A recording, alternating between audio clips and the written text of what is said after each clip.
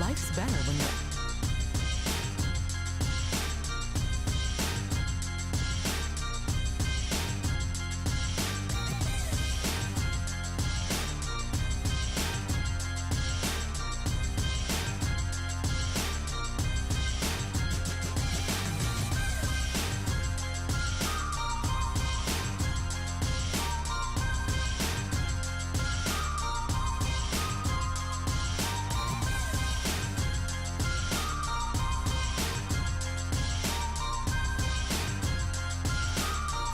Hello everyone, welcome into the show.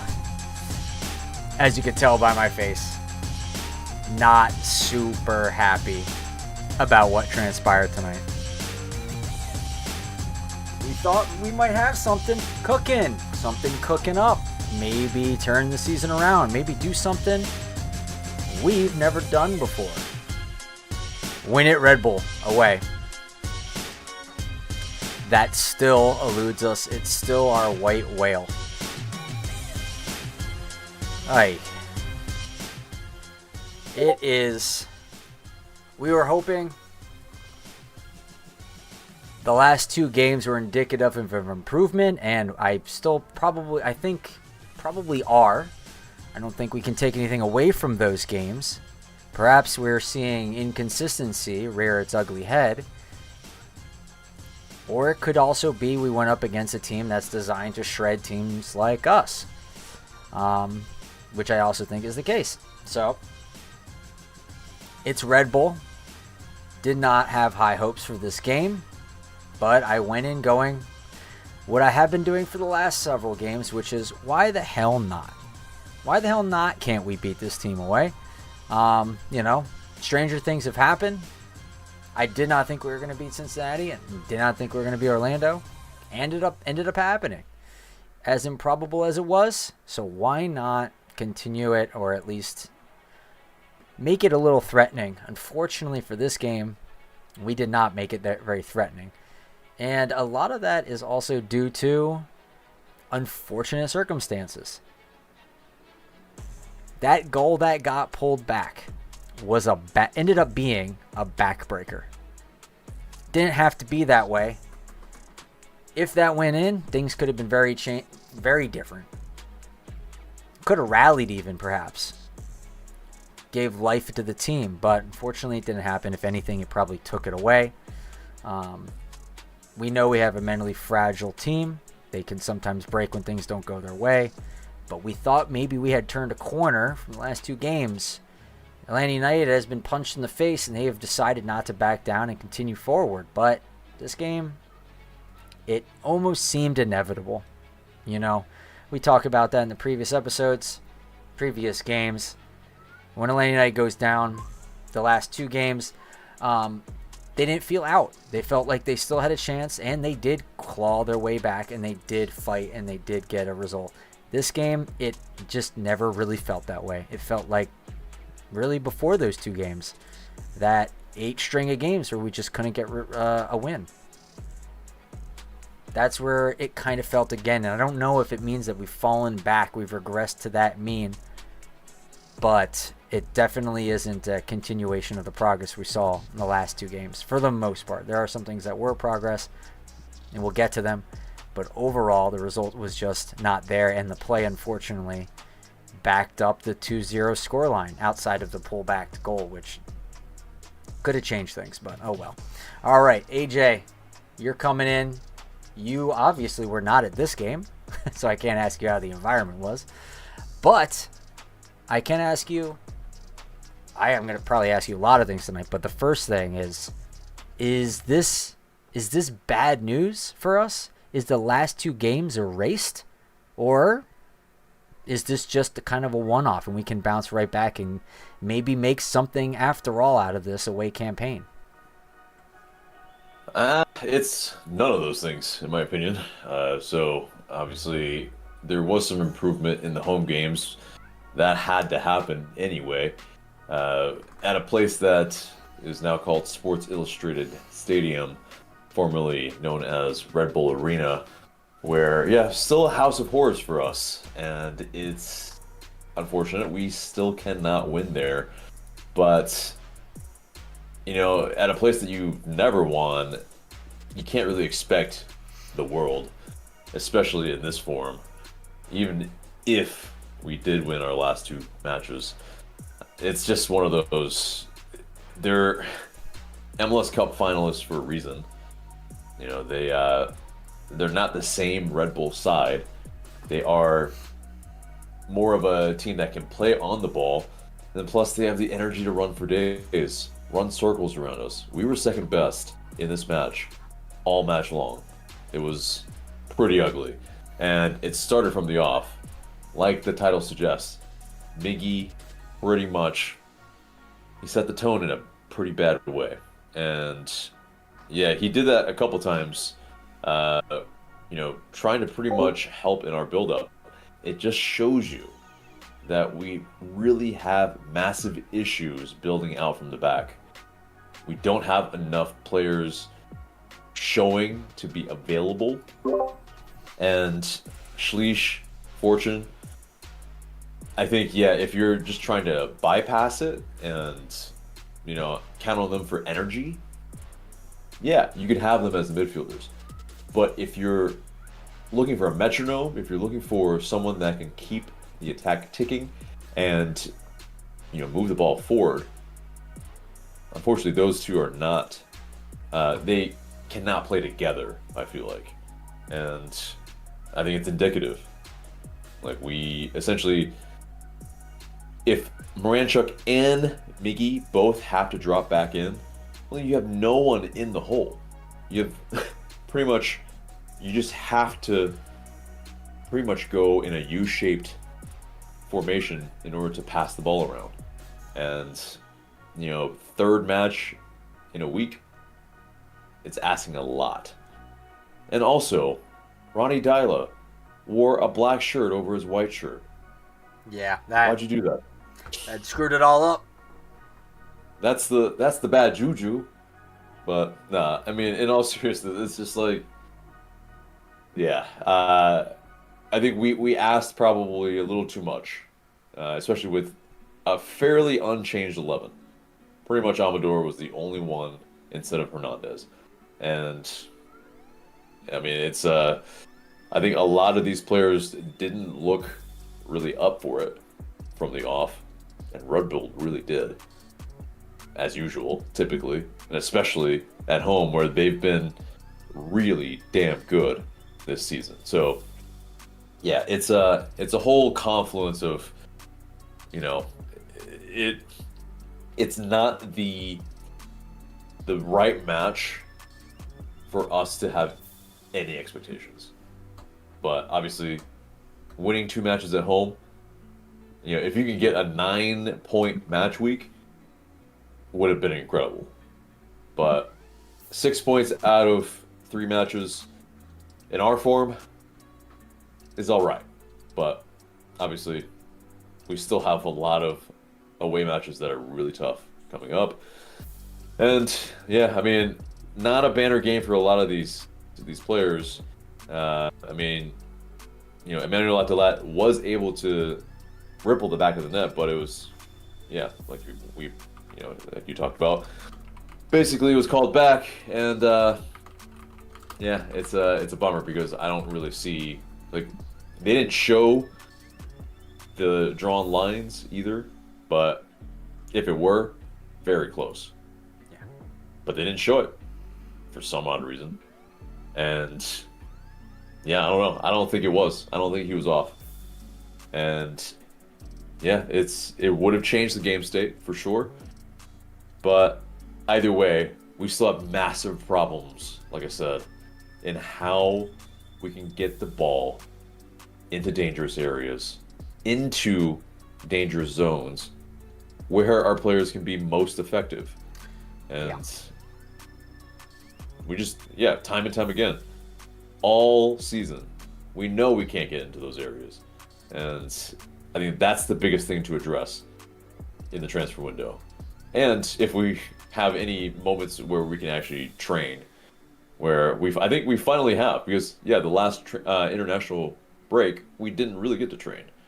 So yeah, finally we kind of get to. But we've dug ourselves a massive hole, and We've dropped to 13th now because DC United somehow won tonight. exactly. So, yeah, it's dire. It's still the worst start in our history, and yeah, I mean it could get worse, but yeah, it's nothing new this season. So It's annoying because the team teased improvement, they teased learning, and all of a sudden they're like back to our old bullshit, right? But like I'll add to your two pieces that you need to get the ball to players, in dangerous zones to do things with them. I'll add to it maybe a third prong of it being, and we talked about this during the game, you got to put it in a way that they can do something with it. Every time our players, if you watch very carefully, whenever we receive the ball in the attacking half, we're trying to surge forward, do something with it. Every time we receive a pass, the players have to take like 2-3 touches to control it. By then they're closed down. By then they lose the ball. Then they don't have a good pass. They have to go back. They have to go wide. They've essentially been neutralized. If you watch Red Bull tonight, the amount of one-touch passing they did was blazing compared to us. It was scorching. it was immaculate. Yeah. Yeah, they very much, they were crisp with their passes, and their touches were good. Conversely, with us, exactly like you were saying, like when we were watching it together, it very much is, it's not on the preferred foot of whoever is the receiver, and whoever's passing it as well. There's a bit of a bobble, there's a bit of, a loose touch, perhaps as well.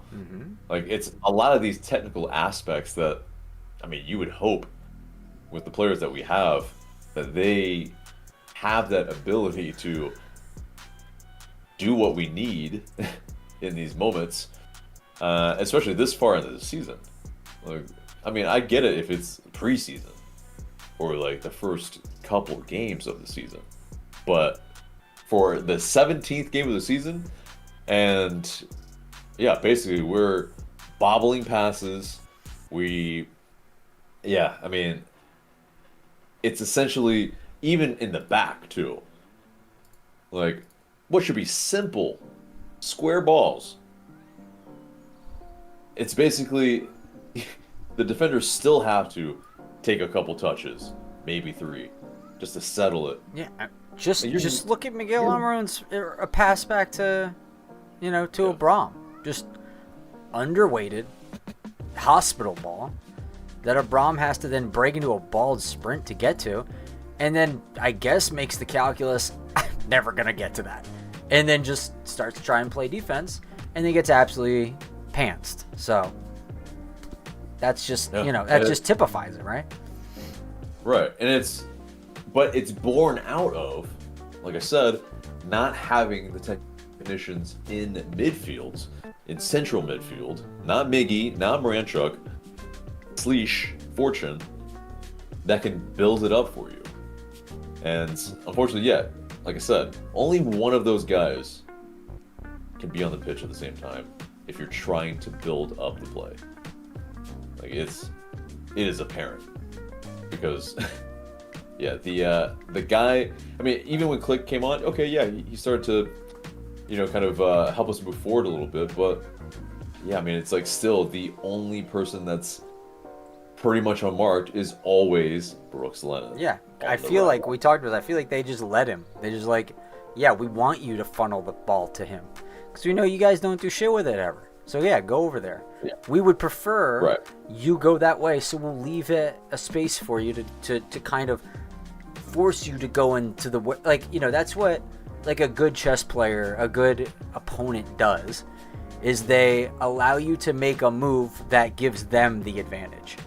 So you think you're making a move to advance things on your front, when actually you're just falling into exactly how they want to play you.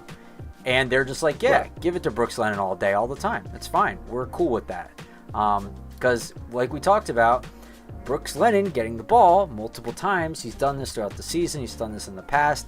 He doesn't do much besides cross. In this game, he looked over to the left, had time to run, time to go. He just saw Sabalab Janise, and then later on, and the commentators mentioned this too, that he seems to just always see Sabalab Janise and just want to link with him. Whereas, in that first instance, like the one I'm referring to right now, he should have seen Latela and Miggy almost, Latte a little bit half-marked, Miggy completely unmarked, late running into the middle, into the box. Perfect avenue for a cutback pass. And he just tries to send it to Sabo, which is far post, and it just doesn't even come close to making it to him. Like, you gotta know your options. You gotta have more than one thing to do when you get in that position. Don't just go, all right, I pick my far post target every time, gonna try and hit it every time. Mix it up. And in this case, all he had to do was turn his head a slight degree angle more to see he had two runners right there that were in a far better position, an angle for them, and they're in a far higher scoring zone. Like, it's baffled. It baffles me. Yeah, it's a ton of that. And again, yeah, to finish that thought about Brooks Lennon, it's that, that ball to him is always on. And yes, Noah Cobb has very good diagonals to him. But basically it is that, he just low percentage crosses, and it's the same type of crosses. It's how many of the crosses were on the ground? None. How many were to the front post? None. How many were pretty much almost overcooked? A good bit of them. Mm-hmm. And yes, did we win some corners with those? Okay, great. But yeah, it's just more low percentage crosses where we don't really even have some clever set plays to even take advantage of these. Yeah, and to Sam Jones's point, it's just that is like the least likely way to score, versus a high likely way to score is through balls. That gives you like the highest chance of scoring.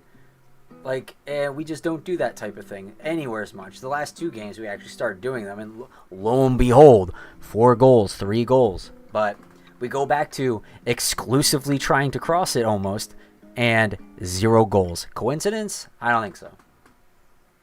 Yeah, there's a bit of that, and then there's aspects of a lot of the team. It's the lack of kind of this. It's a strange, like, the technical ability seemingly with some of the players should be there, but it's really not been apparent for most of the season. And yeah, I mean, it's just like, well, how much technical ability can you have when every time you receive a pass from your teammate, it's a ball that it's like impossible to trap on 1 touch or 2 touches, and you're just on the pattern. Yeah, exactly. So, but I mean, yeah, I guess like in terms of that, you could say that's part of the technical ability is them being able to pass it well.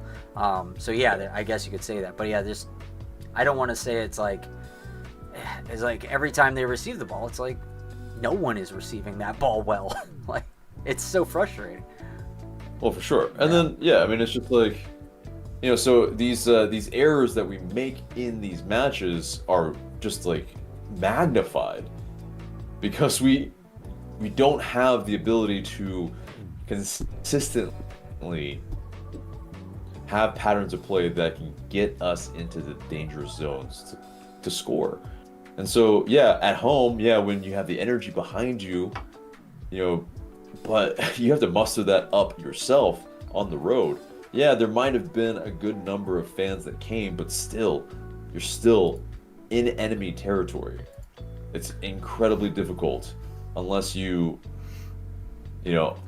as a team find the minerals to be able to get back into games, especially if you pretty much give away goals early, which we consistently do. And it's just it's part of the larger problem, and I mean, it's was a thing where I'll reframe and I'll we'll ask our guests when they come on. But yeah, I was just curious about like formation and tactics this game too. Did that have an effect on things? Because there was some difference in this game.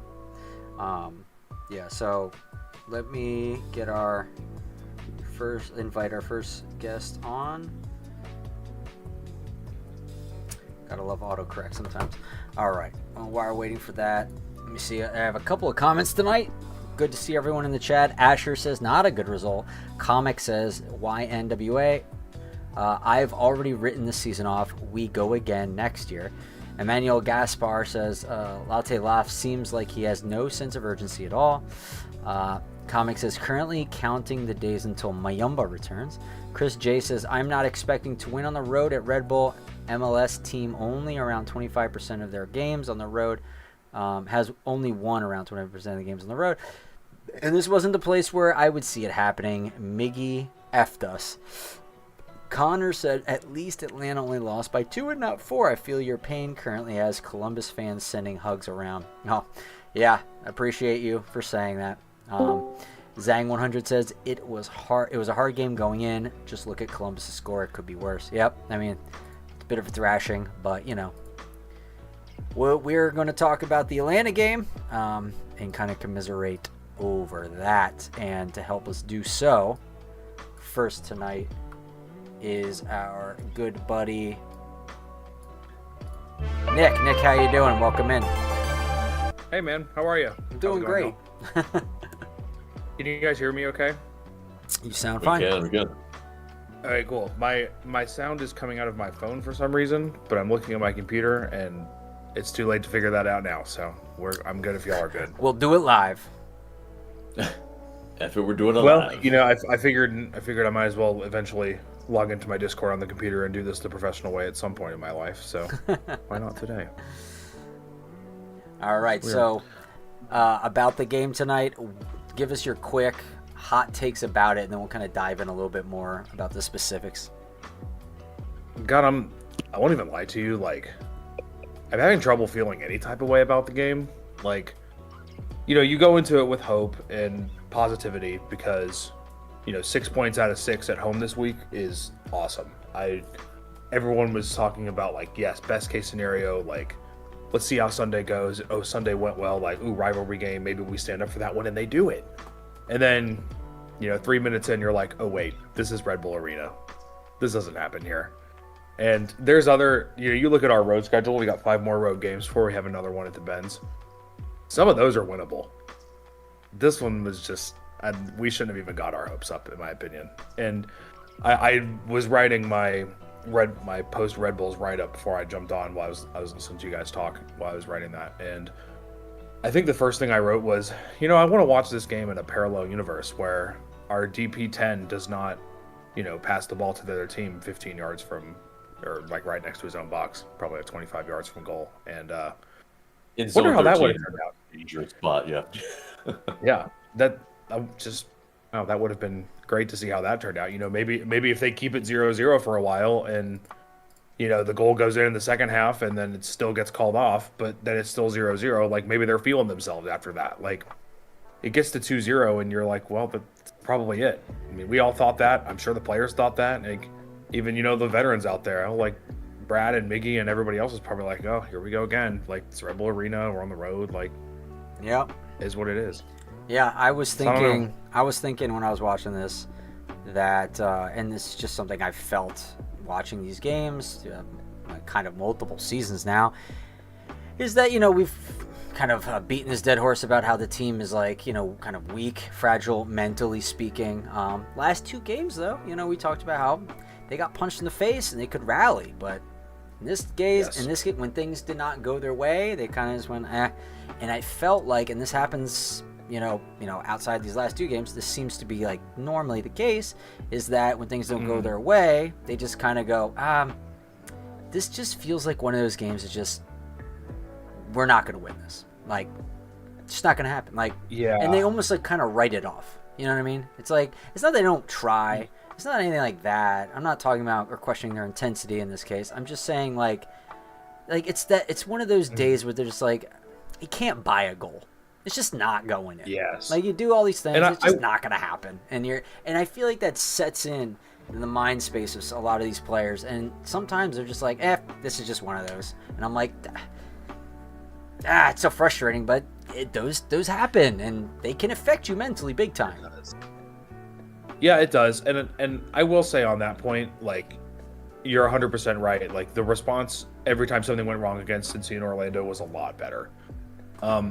I don't think the response after the first goal was as bad as I thought it would be. Mm-hmm. You know, for a road game, for somewhere we know they don't play well, all of that's, you know, all that to be said. I don't think it was as bad as it has been. I still think it's trending in the right direction. I think, you know, obviously when the crowd's not behind you, it's going to be dissipated a little bit. It's going to be harder when, you know, you're on the road and they're basically going to say, okay, break us down and we're going to press you. Those are the two things that we can't do. And so I think especially after the first goal, like the way they pushed forward, like, God, Miggy wanted that so bad. And if he had the ball within 30 yards, he was shooting just because he wanted it himself so bad. And I think some of the buildup after that, you know, they had some corners, they had some sustained possession kind of in the other half of the field. So I don't think it was as terrible as it has been. It's still not where we want it to be for a road game, but I think we're still seeing steps in the right direction. You know, you just got to wonder, like, if this is how this is going to go for 5 more games. You know, if we're on a stream in after Toronto and on July 12th in 6 weeks talking about this, like, oh my God, you know, the season's over at that point. So they got to looking ahead, like they got to find some road points. They got to find some ways to make some stuff happen. I think there are some games where that's possible, but they're gonna have to. They have to get road points. They can't rely on 6-7 more home games to get 25 points. That's not gonna happen. They're gonna drop some points. So they still got to face Columbus. They're gonna play San Diego. You know? So Ronnie changed some things this game. Do you think that affected this game at all? Do you think we got out coached at all? Is there any of that going around in your head? I think when you win 2 games in a row, you're just going to stick with it no matter who the opponent is. I think when positive things happen like that, you're just going to say, we need to try and not react to the opponent. We need to find something that we can then establish like on the opponent and something that we can do as our style of play kind of thing.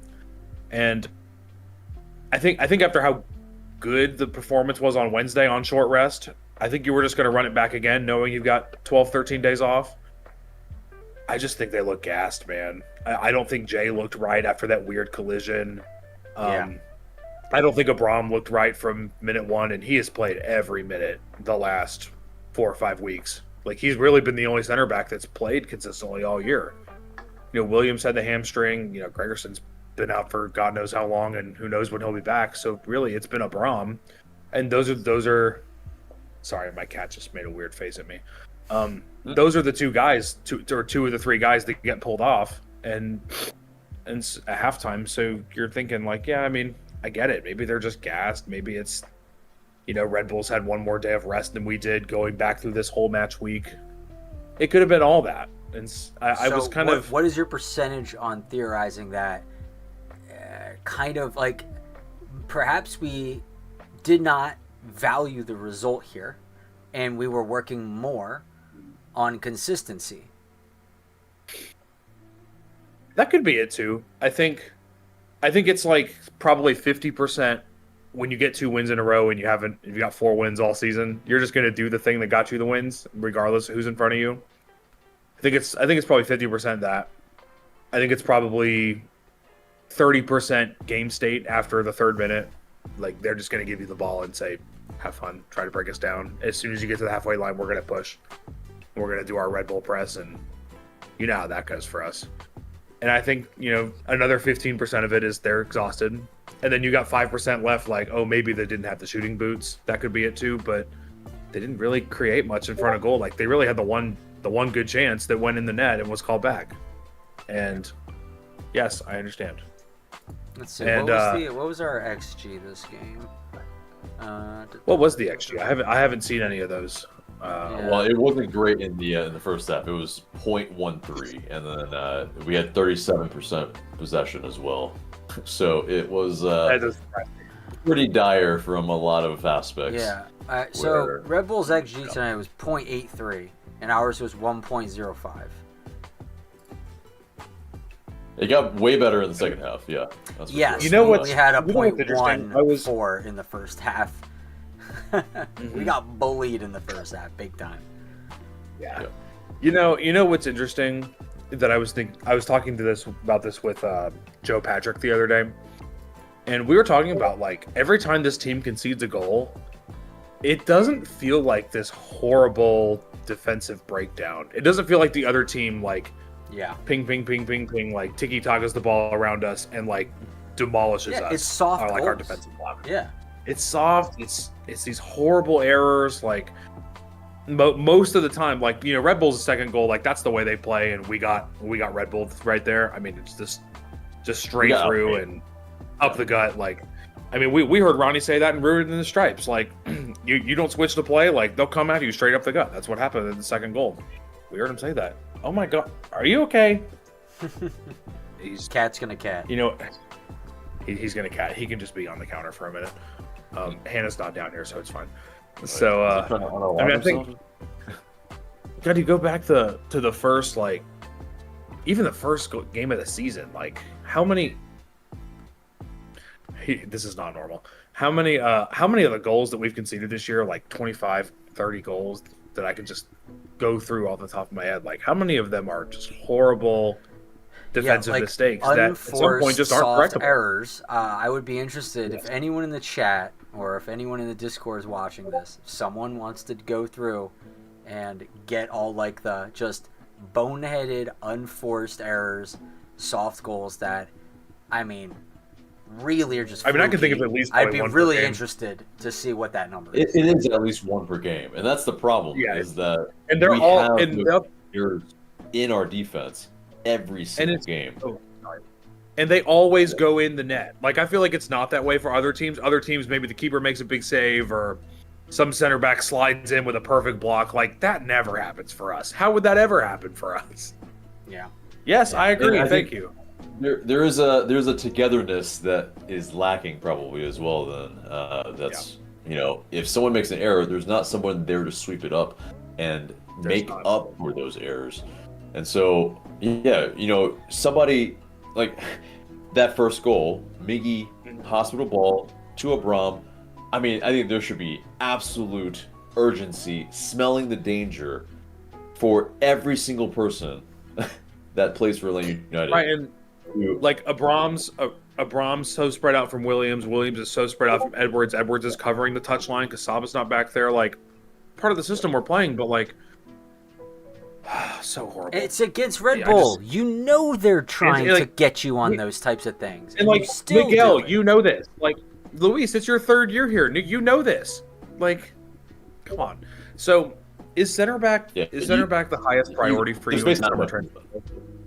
Sorry, what? Oof. I missed that. Yeah. No, I mean, it's basically there's not enough movement and there's not enough availability, like I was saying earlier, from the midfielders to pretty much have an outlet for Miggy. Like, if that is the only ball for Miggy, except for punting it forward, which was probably the safest thing to do, unfortunately. Blindly punting it forward. Exactly. But yeah, it probably is. Yeah, a defender probably is the main thing because Stian Gregerson cannot stay healthy, and Derek Williams. I mean, I think we've seen you cannot just rely on him for an entire season. And Abram, he's been consistent, but it's still not great. He's fine. And I wrote in one of my columns recently. I was like, I'm done complaining about him. That doesn't mean I think he's great. I'm just done complaining about him. There's other things we've moved on from this. Like, we're not buying him out in the summer. He's here for the year. If they want to bring him down on the budget, if they want to recalibrate to his role, as Garth said last year, his budget, then I think that would be great. Like, if you want to pay him like a third center back and he's the third center back or the left sided guy in a three, I think that's great. He just can't be making $875K in Tim. That's fine. So center back is probably the priority number one for you guys too. It's one of them. I don't know if it's the priority, sure. But it's up there for sure. Right. If Stian Gregerson shows that he continues to be Mr. Glass, then unfortunately, yeah, it probably has to be somebody that has experience, can lead that back line. Because yeah, Derek Williams, like as your safety essentially, is not wise. Like we basically have a fairly slow back line for one, and then beyond Derek Williams, you don't really have any aerial presence. I mean, not Lennon, not Saba, not definitely. I mean, Amador, yes, but if you're pushing him up high, like that's a lot to ask. Yeah, exactly. So. And Amador also, yeah, like he got outpaced in this match too. Williams, of course, did as well. There's the reason he went off at halftime too. He was the third sub. Yeah.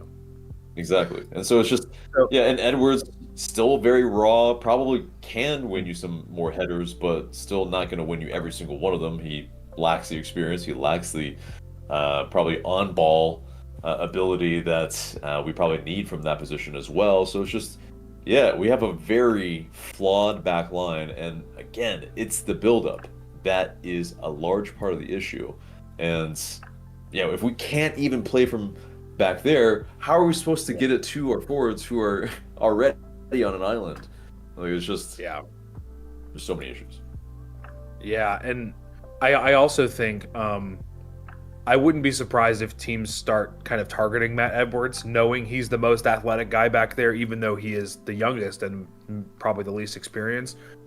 He's the one that will run back the fastest, and he's the one that they could probably try to draw out if they wanted to isolate Williams or isolate Abram too. Like, I wonder, are we going to see teams start to take advantage of that? I mean, especially Columbus is in 2 games. Wilfred Nazi's going to clock that. The Miami players, as much as we, hate and make fun of them when they lose, are smart enough to kind of clock that and figure it out. So that's something I will be looking into. I'll be keeping an eye on kind of going forward. So, Michael, you said center back would maybe not be your number one priority. What would your number one priority be in the summer? Perhaps a very good left winger. I would really love to see a really good left winger. So, would you buy a left winger even if we're playing 3-5-2 for the rest of the year? Just have him come off the bench and kind of get used to the city and then kind of go back to Ronnie's preferred shape next year? If that's what they're going to do, then yeah. And, I mean... Yeah. It's like if we're... I think that's fair. And I mean, we're having Edwin Mascara come off the bench right now. So, I don't know. Yeah. It's pretty dire. And here's the thing. We have, almost never been dangerous down the left side. I think it's time we start being dangerous down the left side. I agree. I mean, the one good... Yeah, if you think about it. Yeah. Yamil Assad is probably the best left winger we've ever had. He was here for 1 year and had an okay season. Right, because Ezekiel Barco technically was our left winger. Even in 21, when Barco had that 3-week span when he did his Messi impression, he was playing in the middle. Yeah, he wasn't playing out left. Yeah. Marcy was playing out left. He later on, but obviously when Miggy was the main man, Barco was the oh my God, what's his name?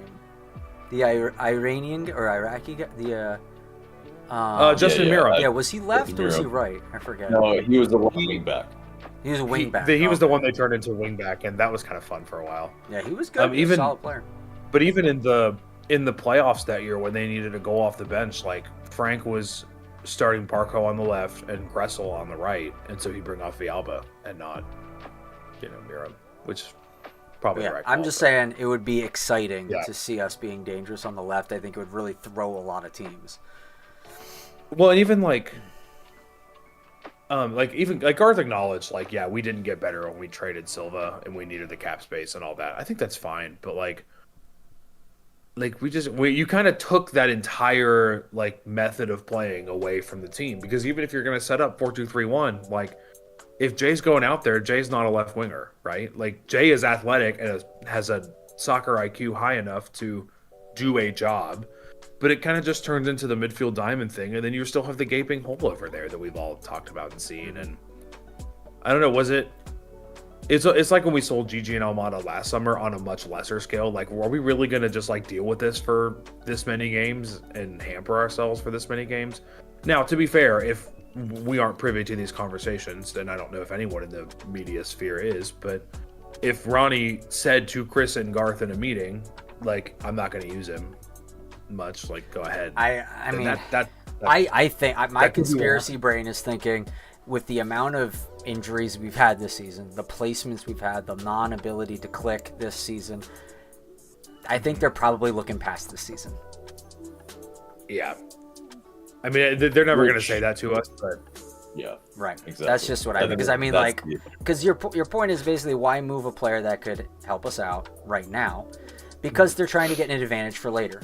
Because they may not be able to move him later. So they took the option. But he wasn't really being used. Yeah. So that's the thing too. He wasn't.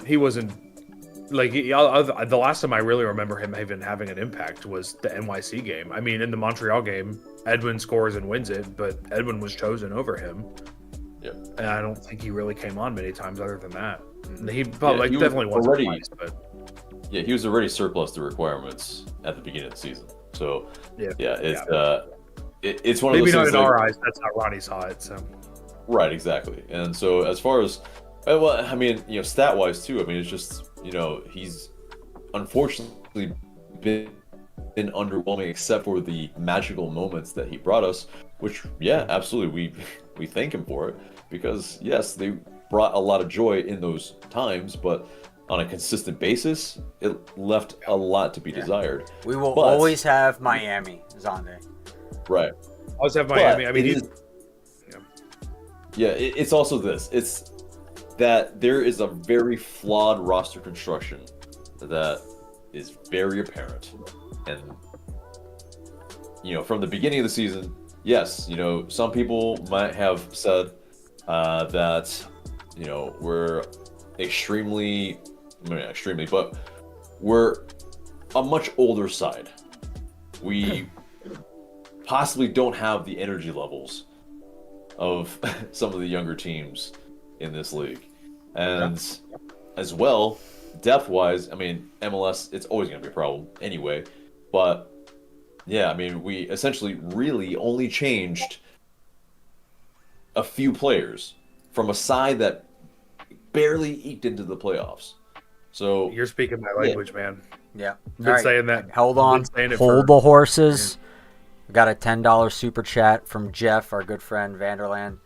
He's saying ready to look ahead with 17 points in the first 17 games, having 10 of them at home. Can we expect better in the second half with 10 road games? Woo! Oh boy. Well, Jeff, first of all, thank you very much. You are a legend. Thank you as always. But I mean, that's a tall order. I mean, 10 games of away games. But I mean, that's pretty much, we have more away games than we have home games. So does that math out? Oh, I'm sorry. Does that math out to 10 away games and 7 home games? Is that what it's like 17 games left? Okay. Yep. So not fantastic. Yep. And so, in that regard, if we do 17, we're not making the playoffs with that. We have to pretty much be probably at a clip just under 2. Yeah.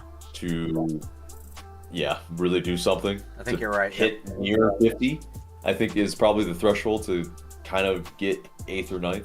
So, also we got 9th with 40 points last year, and that was low. Like, the East is very good, is better than it was last year. Like, you're probably going to need 43, 44. Yeah, so mid-40s. Yeah. Mm-hmm. So if we're at 17 points right now. So we're at 17 points, 13th place. We're at the Gonzo line. Gonzo got fired at 17 points in 17 games last year. Yeah. But he also had 2 more years. So yeah. So if we're at 17, so we need 26 points in the next 17 games to get to 43. I chose 43 as our kind of magic number for 9th place, and let's see, 26 divided by 17. That's a This, 1.53 point per game pace. So we need to find 1.53 points per game. So we got which 17 isn't that crazy, but it's not. It's at our pace, it is. And so let's say we got 7 home games. Let's say you get 2 points per game at home. 2 times 7 is what, 14? Yeah. And so we need to find 26 points. You got to find 12 road points. And that's including this next 5-game road trip. Okay, now we're So gonna if you're able to get maybe 2 wins out of these, which might be a tall order. Yeah, you're halfway there. Y'all want to do some napkin math real quick? Let's do it. All right. MLS app, Atlanta United, apply, schedule. Ready? I think it's about to get a little bit. It's gonna get, the month of June sucks. July's a little bit easier, and then September is really hard. Oddly, anybody got pen and paper? I have it around here. Not on me right now. No, not I me. mean, Okay. I got my computer right here, so He All can right, use his go on. notepad. Notes app. Here we go. Ready? Yeah, exactly. So we're gonna give the team. We're gonna go through the schedule. We're gonna give the team a win, a loss, or a draw. We're gonna see if we get to 26 points. Okay, off the top of our head. I don't know if we should do all that, but yeah, it's a. Oh, you don't. Oh, that'd be fun. We should. We'll do that maybe for some other. We'll pre-plan that, I think. And But, I think that's the answer is we're not getting there. No, we can actually we'll make that an actual episode where we Oh, that would be fun. We should do that. Yeah. Actually, I'm like really like just scrolling through it. I'm like really, it's very close. I think they could do it. Could they do it? Sure. But anyway, Ooh, I think it's a great tease for some future content. I think it's a little bit outside the scope of this episode, but I do definitely think it's probably a bridge too far. But we'll see. We'll figure it out. It could be, and it also depends. I mean, I'm also overestimating on last year's points total there, but if we're looking at last year's points total, that's a little bit easier too. So we'll see. Well, I mean, like that was the Yeah, play-in. That was the play-in stuff because we were like tied for 40 points. But 43, I think, is the normal cutoff kind of. Yeah, 43 would also make it more likely we host the play-in game too. Which, I mean, if the TARG gets a home playoff game, does that count? No, it doesn't count. I'm being pedantic, but Yeah. Yeah. All right, But- Nick. So Basically, like Nick, you're the angel on my shoulder, and Michael, you're the the devil on my shoulder right now. Basically about can we do I it? looked at it. No. I looked at if they win enough home games, they could do it. Like I don't even know if it comes down to the road for them as much as besides this road trip right here. Like they can't come out of this with 1 or 2 points. They got to get 5 or 6. But because they got That would 6 be- points this week, Yeah, that would be diabolical if we only came. yeah, around. they come out of this with 1 or 2 points. Like yeah, the season's over. well, Exactly. At that point, it really is probably like, unfortunately, Dyla, it's time to go because you can't do that. Would they fire Dyla if they? Dude, at this point, I don't know because I mean, I've heard things. So like, one of our moderators, Bill Gluckman, has personally spoke to Garth before about things, and he was talking to him a little bit before Pineda was fired, and in a personal conversation with him, Garth was like, "No, Pineda is for the most part safe. He will be safe, and the players will be safe for a while." And then he was fired a week later.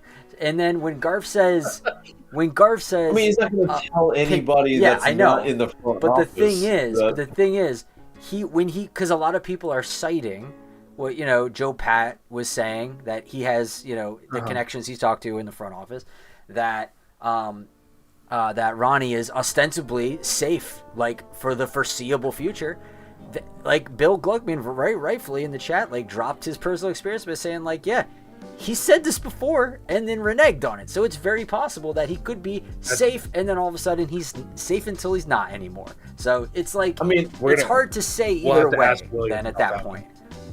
Yeah, the counter argument is, why would he say, "Hey, Ronnie Dyla is on the hot seat"? It just wouldn't happen. So at any point, but I mean, we all know he is until it's not.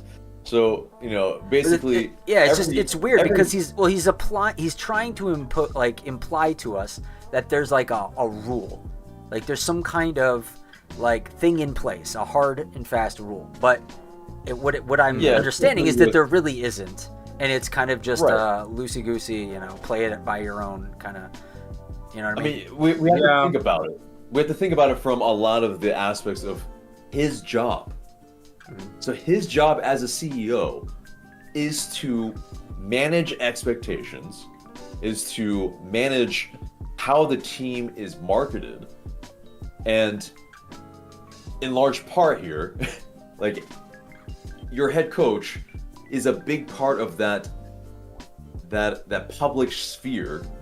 So if you lambast your head coach, well, yeah, you're basically roasting yourself because you made the decision to hire him. Right. Yeah, of course. So, and if you have to fire your head coach in less than 6 months, or pretty much 6 months, it looks terrible on you. Yeah, it does. So, it's one of these things like, yeah, from that end. So what you're saying is he's safe, AJ. Got it. Yeah, it's unlikely. But if sentiment gets to the territory of like Frank de Boer, of Gonzalo Pineda, yeah. So like losing the locker room. Losing the locker room, losing the fans. Well, what if he only loses the fans, but he still has the locker room? Yeah, I mean, well, that's the thing. Yeah, it's like, if you can justify it in some way, of course he's going to do it. They have. So let me ask y'all: is Chris Henderson safe no matter what? Yes, I believe so. I don't think he's really done much of anything. There's not enough, I think, sample size for that. Yeah. And if there's a scapegoat, unfortunately, it's always the head coach first. It is more likely to be that guy. Also, Chris and Garth go, way far back. I will say the one thing about Ronnie that gives me a lot of encouragement is, I think one of the things people were sick of with Gonzo, he just didn't try enough stuff. The tactics never changed, even if the formation changed. The ideas never changed. Yeah, the stubbornness was on another level. Yeah. And I mean, as much as I love Gonzo with like all the personal interactions I had with him, multiple times, going to training and all the team walk-ins and things like that, like a player coach for sure, really nice people fans coach. Yeah, and just like that didn't work. But I've seen some folks complaining about Ronnie, like, oh, he's just like throwing shit at the wall and trying to see like what sticks. Like, that's what he should do. Yeah, and honestly, like, what else is he supposed to do here? Yes, and I kind of commend him for being willing to abandon his principles, and this is a big talking point among Spurs fans, so I feel uniquely qualified to kind of talk about abandoning your principles as a coach.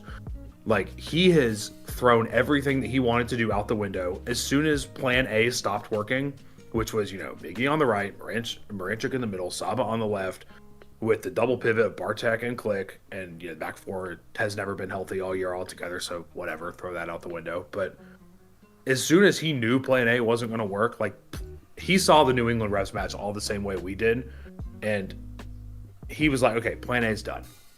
And then we've moved through Plan B, Plan C, Plan D, like all these different plans and different things to just try. I think they're going to give him the season no matter what. That's my guess. I think you have to at a certain point, partially not because it's Ronnie Dyla, MLS Cup champion, all that stuff. Like, he is actively working with basically the same roster that Gonzo and Rob did. I mean, I kind of wrote this up in one of my recent columns. Like, this is the same group. At a certain point, we just can't blame the coach.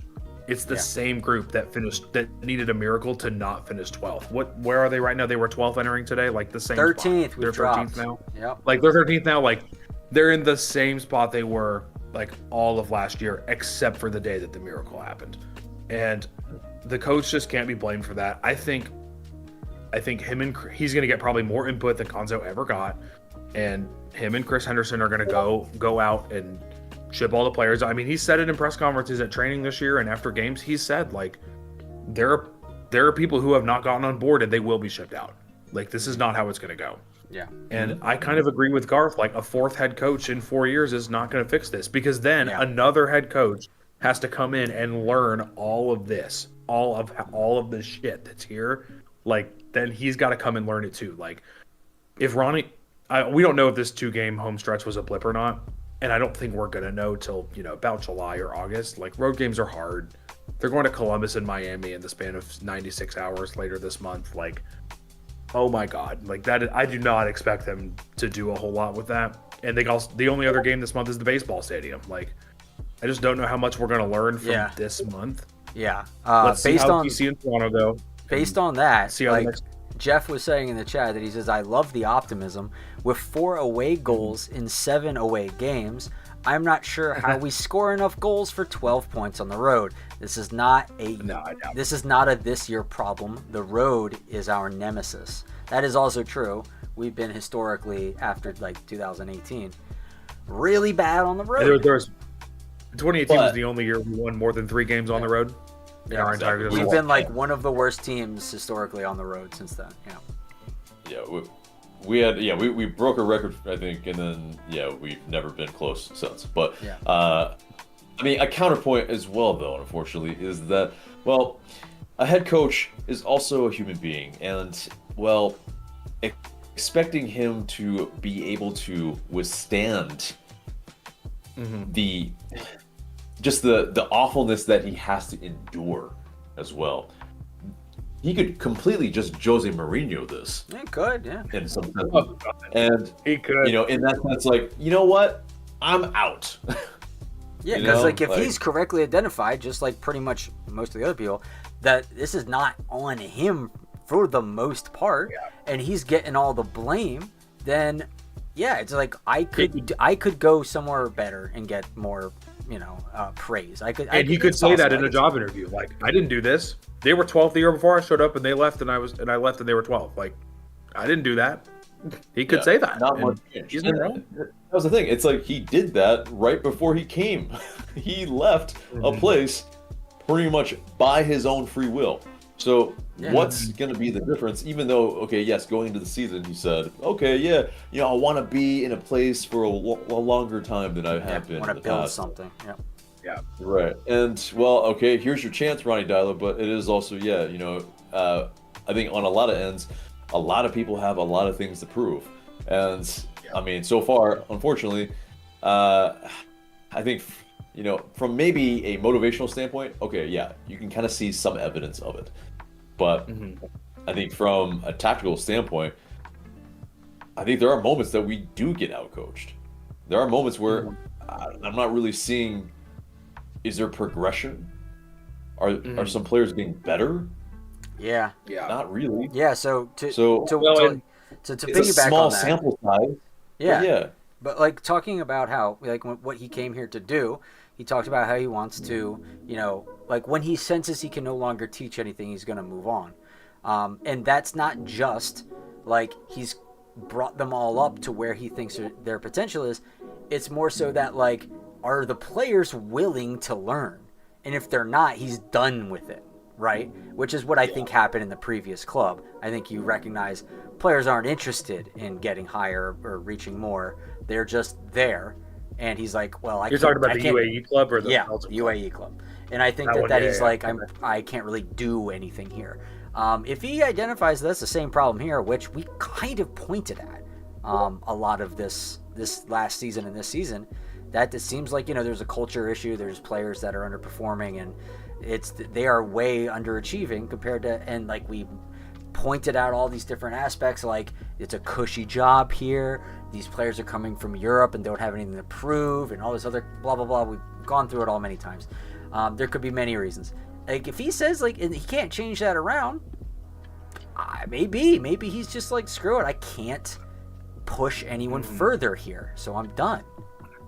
Yeah, and if you can't get the players out either, because basically it is that you have underperforming players. How are you going to move them? Yeah, well, and it's not the easiest thing to do by any means. It's not, and two things here. I think you can see, hey, stop He's chewing on our like little security system thing. Whatever. He's okay. Sorry, I'm gonna have to get this. Give me 10 seconds. Don't let him electrocute You himself. have to evacuate your house, yeah. Yeah, because I know So, cats will probably just sit there have to- and start chewing on like an electrical cord, and I'm like, you will kill yourself. Please stop. Yeah. This culprit. This is the culprit. But, it's a tuxedo cat, of course. Yeah, It's they're always a tuxedo cat. mischievous. Yeah, of course. They just turned 1 like a month ago, so now they're kittens, but they're large. Yeah. They have not calmed down yet, which is great. It's fun. But okay, so my 2 thoughts kind of on what you were just saying, and then we can close this out. It's getting late, but I think like 10 or 11 players are out of contract at the end of the year, and maybe in the inner circles of the Children's Healthcare of Atlanta training ground, they're looking at it as, well, 40% of our team is out of contract for next year, and then we can move off of other guys too, decline the options, all that. Ronnie, this will be your team next year. It's not your team right now, but it will be next year. You just got to get through this. And he might have agreed to that with so. Garth, with Chris, with whoever. That could be a part of this. And I also, think that's what it is, because it is just like, again, if we've identified that it's not Ronnie necessarily being the issue, or like the majority of the issue, and we have a chance to get not a clean slate, but a decently clean slate for next year, then yeah, I think that bodes very well for him staying on, regardless of what happens this year. Because again, but then it's like, it can also, I don't want to think about it like this, but I guess it's possible that it's like, well, it doesn't really matter. You could still fire him, just get a new guy, and it'll be a new guy, new team, and it's kind of the same. But yeah, it very well but then could you have to still go through this be that. next year. yeah. Right. Oh, sorry. And that's kicking the can down the road. But there is that. It's like, yes, if he is convinced by that, okay, great. But I think there's something to it where, Ronnie Deila is still, like he would have to probably, I think what's telling is if he tries to control the narrative. So if he is trying to say, like, well, my hands are tied. Like, basically, if he says more or less that these are the players that I have, I think that will be very, very telling. But I agree. Until that happens, I don't know. I think we have to operate in the sense that, Garth Lagerway has told lies before, unfortunately. That's kind of part of the job, unfortunately. I get it from his end. It is, yeah. All right, Nick. And I think, finish your thought, and then give us your final thoughts on the game. Oh, cool. Okay, I got 2 more. To finish up on this, I also think the player, like, most coaches have like between 14 to 17 players that they really trust. I think that has evolved over the course of the season. Obviously, Jande got shipped out, so one way or the other, that's how that went. But, Matt Edwards is now a very trusted player. Jay Fortune has worked his way into that. Gonzo liked Jay Fortune, but Rob liked Jay Fortune, but Jay didn't start every game for most of those guys until, kind of the end of last year. But then Jay wasn't starting this year. He had to kind of work his way into that. I think there is a core of players here that, Ronnie would look at and just say, like, yeah, like these guys over here, like, they get it. And I think there was a reason that the same 11 walked out there today. I don't think it has to, even if they needed rest or whatever else, he subbed 3 guys out at halftime, like we saw what happened. Hindsight's always 20/20, but at the end of the day, like, he ran those 11 guys out there because he trusted them to go and do the job. And it just wasn't maybe going to work a third time in 7 days, but I think there are guys on this team that you can go and trust to do a job and can be building blocks. And I think a lot of the guys that you maybe don't trust are the ones that are out of contract at the end of the year. You look at Guzan and Williams, like the 2 guys who made the mistakes on Wednesday. You look at Lennon, you look at Hernandez, like, do you trust those guys? I feel bad for Hernandez every time he's on the left. That's a different conversation. But, and then you kind of go further up the field, like, Mosquera's out at the end of the year, Tiare's out at the end of the year. Tiare's been great, but is he going to ask for a raise? You can go down the list and you can kind of, tell yourself a story, like there's enough guys that you can maybe trust to do a job. And then I'll leave you with this thought. I've had LAFC and Club America on the TV, and the off-ball movement from a competent MLS team is enraging. Yeah. 9 day. Night and day. Yep. It's just horrible to watch and so great to watch all at the same time. Uh-huh. That's what it is. Yeah. Yep. All right, y'all. All right, Nick. It's great stuff as always. Nick. Appreciate you. Yeah, of course. Have a great rest of your Saturday. Good night. See ya. Have a good weekend. See you. All right, let me get. There's not too many comments, so we will just finish up with our last guest, and then we'll be back to the wheel and on out of here. 1 second. All right, and then where's that? Can't ever find it. Okay, so Alan Salazar says, "Is AJ wearing a Gayabera?" Did I pronounce that correctly? Gayabera. Is that? Do you know? What I don't that know is? what you mean. All right. Well, I don't know what that is. Gayabera. I think I'm pronouncing that right. I'm gonna look it up. Yeah, he's asking if you're wearing that. Let's see. The Colonel says FCC and OCSC both lost ugly tonight. Makes the 2 home wins less meaningful. I'm not sure. You can't prove that we didn't do that to those teams, though. You know, like what losing to Atlanta United in 2025 does to a motherfucker, right? So. Yeah. No, I'm not wearing a Gayabera. This is it's like floral. It's a white shirt. Yeah. Zang100 says, I have complete hope. I tend to wear a lot of Hawaii. Yeah. He says, I have complete hope that we will make the playoffs. So that's good that you have complete hope for that. Wow. And Joshua. Share what you are smoking. Joshua says, I'm so sorry they lost. I'm so sad. I mean, I'm sure you had nothing to do with it. I'm sure you're wonderful. It's no problem. You don't have to apologize for the team losing. But yeah, it is unfortunately a little heartbreaking because you were hoping the team could have strung together some progress. But yeah, the expectations perhaps were a little high. LexZone6 says, gotta give Dyla credit for trying different tactics to see what works. Unfortunately, we're going to have a conversation about a good bit of these players, even the ones we like. And then Jeff Vanderland also says, yeah, I already read that one. And I missed 2018. A lot of sadness in the chat now. Off the ball movement, the most underrated skill of any sport. Yeah, agree. Okay, so with that, let me get our next guest in here. 1 second, guys. There we are. Apologies, I need to change your name to reflect A-Dot on here.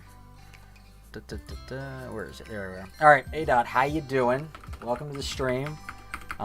This is unfortunately couldn't join us for a win.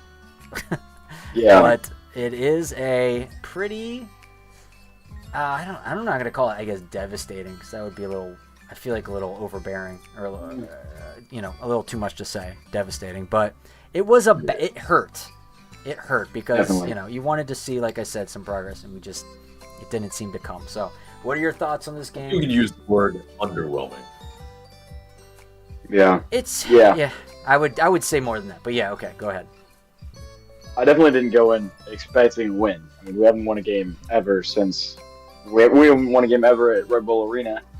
But I expected at least a lifeline, a heartbeat, or something. Not losing 2-0 off another error that no one even pushed against Miggy to get that error to happen, and not being able to score in a whole second half, whole first half, whole 90 minutes we didn't score, plus 8, whole 98 minutes we didn't score, and that is not something that you want to see after scoring 7 goals in 2 games. Yeah. And I mean, I figured that we could at least draw the game or lose by maybe 1 goal, but that didn't happen, and that was disappointing.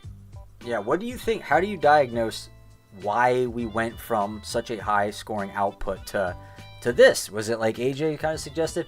We're just out of steam at this point, or how do you see it?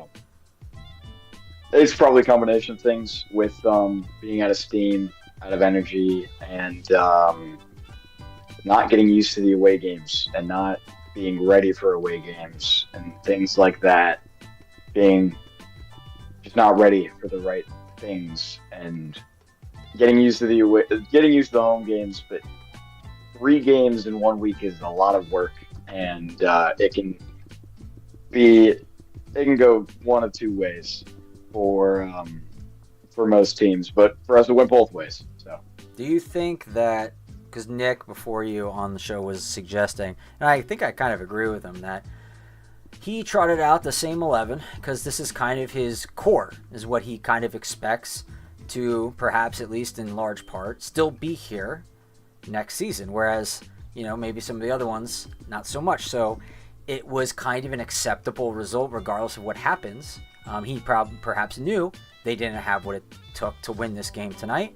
Maybe he looked past it saying, it's fine, we can not worry about this result so much. What's more important here is building consistency in the lineup and the chemistry that comes with that, because these are the guys I see, perhaps at least in part, being here for the long term. Yeah, I mean, you can't blame them for putting in the same lineup that just scored 7 goals and won 2 games in a row. It makes sense that he would do that. I don't think this is the lineup that can beat the Red Bulls, but it's a good lineup that got us goals and got us what we needed. We just need something extra when we're not at the bends, and that's not what this lineup has. So how do we get Emmanuel Atlutd more involved? I know he's had the goal brought back tonight, which I'll get your opinion on that. Did you see another angle that we didn't see? Was that offside? I was looking at the clips in the chat and I was watching it and I was like, there's no way that anyone's offsides. No one touched the ball that was in an offsides position. Derek Williams was onside, ran towards the ball, headed it, and then Latte Lot was behind the entire play and then tapped it right back in. It's not offsides. I don't see how it was offsides. But Latte Lot having issues with scoring can be combined with not having enough people to supply him with the ball. But even though that's been happening, when he does have the ball, he doesn't do enough with it, and he doesn't shoot it correctly, or he makes an error when he's supposed to score the sitter. We've seen it before. But it's a combination of him not doing the right thing with the ball and not being supplied enough. All right, I'll ask you one more question, and I'll let AJ ask you something. So we talked about earlier, AJ mentioned that he doesn't think that the team has really the technicians to deliver good passes and receive passes in such a way that they don't bobble them or take like 2-3 touches every single time. When you see Red Bull, they are one-touch passing all over the place. You see, better movement and better things from other teams that we talked about, LAFC playing tonight, better movement off the ball. Like, do we have, an issue with not enough technicians on this team? Yeah, the midfield seems to be a little bit empty in quality. But it's hard to... Some teams are good, some teams are bad in the MLS.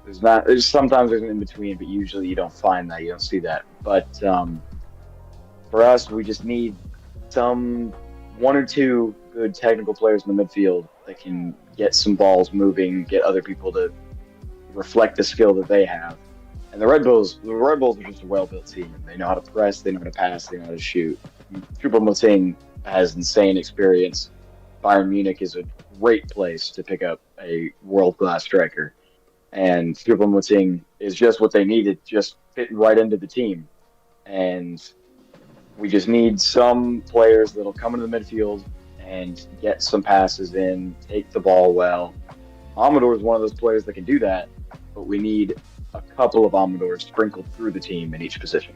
It's just so frustrating seeing like Murray and Chuck and Miggy and like just the balls that they pass, the people who receive them, or even sometimes when they're receiving them, bobble it. That take like 2-3 touches to trap the ball, control the ball, and by then we're closed down on. Then they have to pass back out and recycle possession and stuff, and it's so frustrating. Yeah, I feel like I'm beating a dead horse with that. Anyway, AJ, any questions? Yeah, I mean that's what's interesting, right? Red Bulls, it's fairly easy to identify what type of team they are, but for Atlanta United, what are we? What's our identity? I mean, that's it's a very difficult question, but what would you say? Depends on the week, Atlanta man. United known for right now as a club, as a team, in how we play? Well, I have a good answer for this. Go ahead. All right. Well, we're known for a lot of errors in the back line. You can easily exploit that back line. You don't even have to touch the ball for us to make a mistake. There's quite a few mistakes resulting in goals. All the goals in the NYCFC game were defensive errors, bad passes, bad touches. And you can see that reflected in every single game. We're just easily exploited. But we're also known for random comebacks, playing some wild soccer in stoppage time in like every season. You'll see some random game where we just come back when everybody turns off their TVs and doesn't expect us to do anything. But we're just known for being inconsistent and losing a lot of games, but winning some great games, giving away crap goals, scoring amazing goals. So Yeah, that was my one word answer was going to be, well, I guess like maybe hyphenate or 2 words is soft goals, soft goal team. I think it's chaos ball. We're just chaos, and that just not necessarily at anything in any definition of that good. Chaos maybe in stoppage time as a team that scores goals in stoppage time could be a good thing, but other than that, any of the other contexts seem bad for the very least. I mean, it describes it well if you think about it, because chaos it could be good or bad. It's just random, right? And it's because you never know what you're gonna freaking get. That's why I started this with depends what week you're watching this team. Sometimes you get Miami world beaters, and the next week you get someone who loses to the bottom table team in an embarrassing fashion. It's what is happening? Yep. So it's chaos at the back, chaos in the middle, chaos at the front. It's just, we might have to trademark this. It's just not us, but us as a club, because I'm not sure there's been a club for 6 years that have been on a diametric opposite level, where you can beat Messi in a playoff series, but then, just almost all the other time look absolutely dire. It's we don't really have an in-between. That's really what it is. And man, I think we found our new culture. I mean, if the Atlanta United social media admin is hurting for finding words to use to describe the team on the next full time, just use the words chaos. You can have that for free. Chaos ball. Yep, there it is. Add them together. Just no longer Kings of the South, just Kings of Chaos. Kings of Chaos. Wrap it up. All right, ATL, what is your final thoughts on this game? Right. Okay.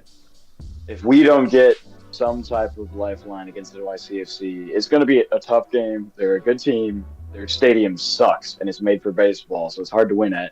But if we don't get anything from that game, I'd say no playoffs. No playoffs at all. If we can't perform well away, then how are we supposed to perform well away against a top team when we're gonna be a low seed in the playoffs? It's already we all know that we're gonna be a low seed in the playoffs. So if we can't perform well away against a good team, if we make it, we'd be a low seed. And if we can't perform well against a top team at their stadium, then we're going to do nothing. We're going to do absolutely nothing with the playoffs, and we're going to lose 2 games in a row. So we need to perform well against NYCFC and the rest of the away games. I don't expect much from Columbus. I expect us to at least have something against Miami, maybe win. We usually win against them. They haven't been having the greatest season in the world. And DC, I definitely am hoping for a win. But if we don't show anything against NYCFC, we're done for. That's a wrap, pretty much. So hopefully we can do something. Good. Latte Lot needs some work. Miggy needs some work. A lot of people need different works, and we need to find consistency with who we want to start, when we're going to play, when we're actually going to turn on the switch to score goals, and who needs to be in each position. Yeah, I mean it's also that Ronnie Dylan knows NYCFC's stadium very well, so yeah, that's at least somewhat of an advantage. But you do have an aspect of it where the team doesn't really know how to play in that stadium, but some advice could be helpful. So yeah, we'll see if that knowledge can be gleaned. We know we're bad in small spaces, and this is because we prefer to be in larger spaces to get the ball out wide to do our crossing game, so which works so well. But yeah, that's going to be rough watching us try and at least tease the middle a little bit and then get broken down. But I mean, this is a bit of what happened. We first played New York City, but that was at home for us. But they still, attacked us through the middle and then tried to exploit us. Which, like I said, I say this every time it happens. And what Nick talked about earlier, you try and fuck around basically with Red Bulls, they're gonna go right down your throat. And what did we do? We did it twice, this game and the last game. Same with all these other teams. They know, wait for Atlanta to try to go through the middle or something, and then cut them to pieces, take the ball and hit them on the counter. Force them to go out wide so they can just sit there and hitting crosses all day and not score anything. So it's just, that's the book, Yeah, and it's that. It's, we were not incisive enough through the middle, and yet, for us, we are porous through the middle. And it's just, it's the complete opposite of what I think most teams are trying to do. Yeah. And, we just continue to, I think, fall into the comfort of those, just those patterns that don't work.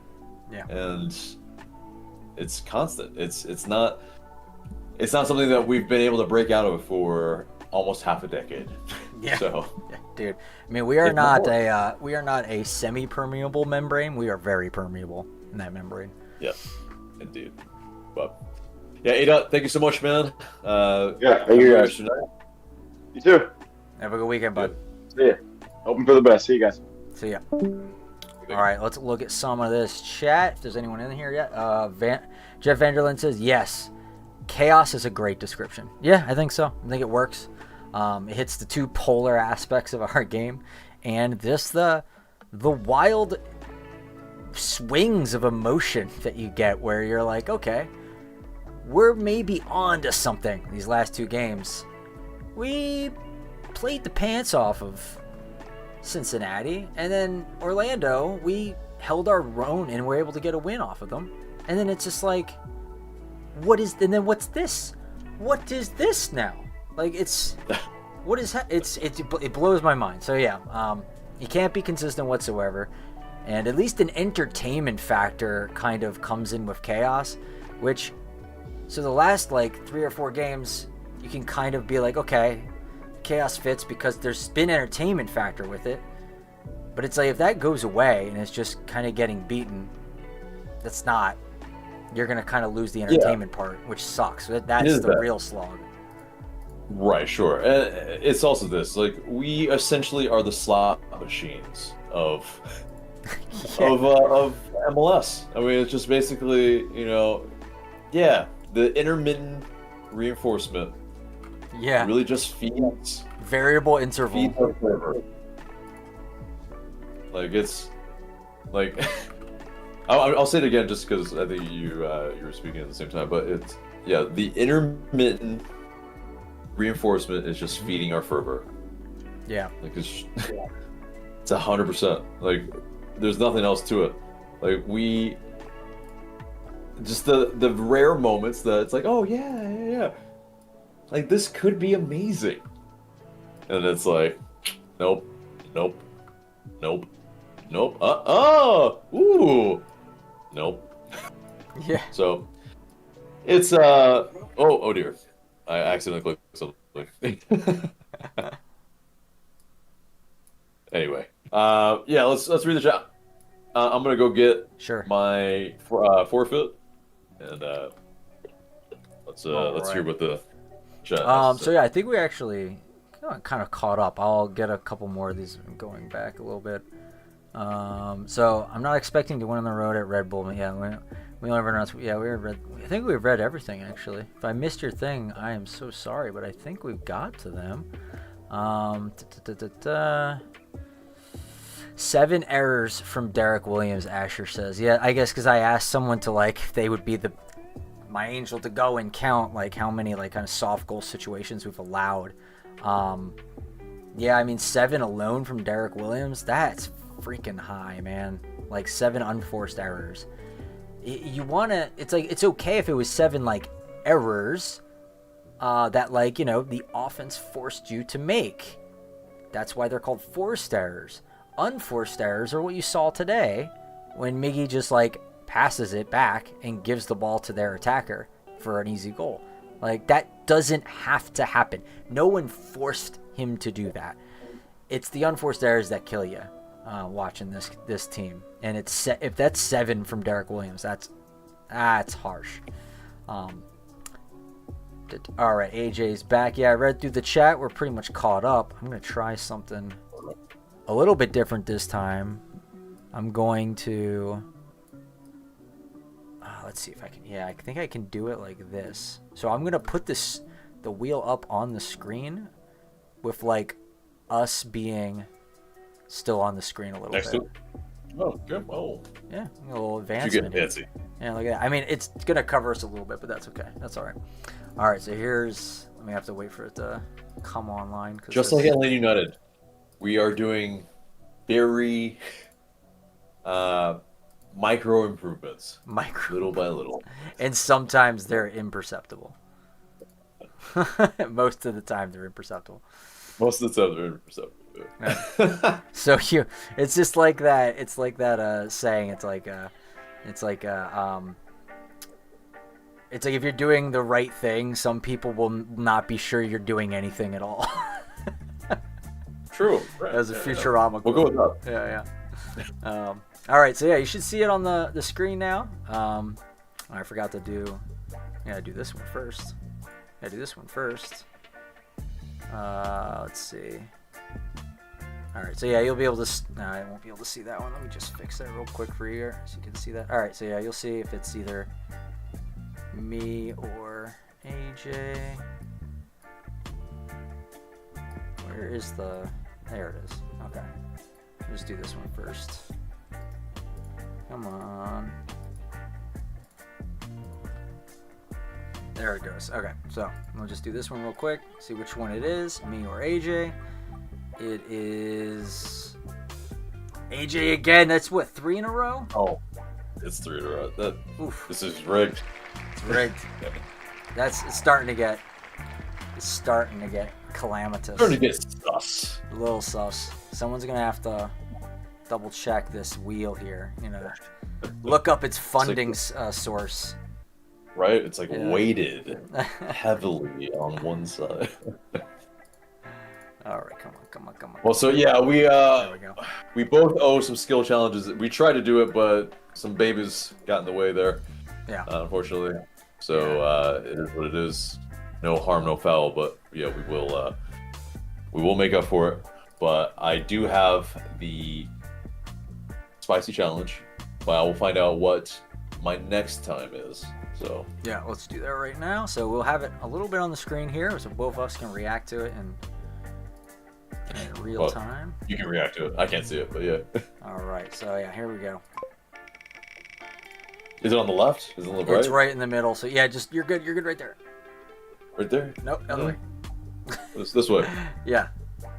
Okay. All right. Oh God, it's yelling. I love Adams John in public. Oh, a Patreon selection. So yeah, if you wanna have any bearing on what we put on the wheel, like this one that the Patreons had helped us select, this is one where AJ will be being recorded in public somewhere, yelling, "I love Adams John." Similar to when I did something similar to this on Scarves and Spikes podcast last year, in public at the hotel across from the forget what the heck his name is right at the moment. But yeah, across from the stadium. Either way, so, it happened. yeah, that was a good time. So now AJ gets the fun of doing that as well. So yeah, all right. And so now, yeah, is it time for what was next? So yeah, we had, what was it, a habanero last time? Yeah, it was a habanero. This is a chile japonais. It is 30,000 Scoville heat units, which it's often used in Asian and Latin cuisines, and yeah, it's pretty hot. So it's dried, so usually it's more intense. All the little seeds are definitely in there. So here we go. You see it, now you don't. All right, so everyone put in chat what you want to see AJ say and or do while he is experiencing the pain of eating a very hot pepper. If I don't hear anything, I'm gonna think of something like I was gonna say, like, how I almost felt like a field sobriety test for a minute. So like, can you say the alphabet backwards? It's like, I don't think very few people I feel like can do that. Yeah, that's not really particularly something that I do on a regular basis. But, especially while under the heat gun. So yeah, that would not be fun for me. I don't think I can do that when I'm normal. Anyway. So yeah, I think so. To give you like a bit of a preview. So my idea for the soccer skills challenge is I'm going to see how many times in a minute I can nutmeg my daughter with one of the smaller training balls. I'm going to see how many times. She's 4. She might get frustrated and quit after like a couple, but we'll see how many I can do, and I'll give myself a minute timer, and it'll be the challenge to see. Even if she like quits and gets upset, I'm going to just continue to try and do it. And she's like trying to walk off the field, I'm going to follow her, and when we're walking to the car, just keep trying to, her home. No, I'm kidding. I'm not going to torture her that much. But yeah, maybe we'll see how many we can do with that. And I think AJ said he's doing a crossbar challenge, so we'll see what that looks like. Hopefully the next time around. It's difficult, guys, when these games come, quick over and over again. It's like, all the work and other stuff we're doing on the side. It's like hard to do. Anyway, so yeah, how are you feeling right now? Yeah, it's hitting the tongue and the back of the throat. And yeah, it's hot. It sounds like your tongue is swelling up a little bit. It's a little swollen. Yep. All right. Well, all right. Anyone else have any other questions? Maybe specifically for AJ that you'd like him to answer right now. Before we get out of here, I'll give you guys another minute to ask them in the chat. Again, we want to say a stiff and happy thank you to Jeff for his donation tonight of $10. Really appreciate it, helping us keep the lights on here. And also, I'm going to throw up the Patreon starting 11 graphic. We have Nick in the ATL, Gavin, Jeff, and Andrew as our top fans at the highest levels. Thank you, guys. Appreciate you so much for donating and helping us keep doing what we're doing. Again, like we said, this isn't our full-time job. Far from it. We both work full-time. I have a very demanding family as well, so apologize if I'm called away or things of that sort. So, but family comes first, and it's also, it's a lot. So, like, at one point it was like 3 kids under 4, so pretty crazy. Yep. Yeah. All right. So yeah, seeing no further comments or questions in the chat, we can wrap things up and hear AJ do it while under not duress, but under some stress. Well, yeah, guys, thank you guys for sticking around, especially after this pretty underwhelming loss. But yeah, remember to like, share, comment, and subscribe. That's been Michael. I've been AJ. Thank you guys so much for watching. We will see you in the next video.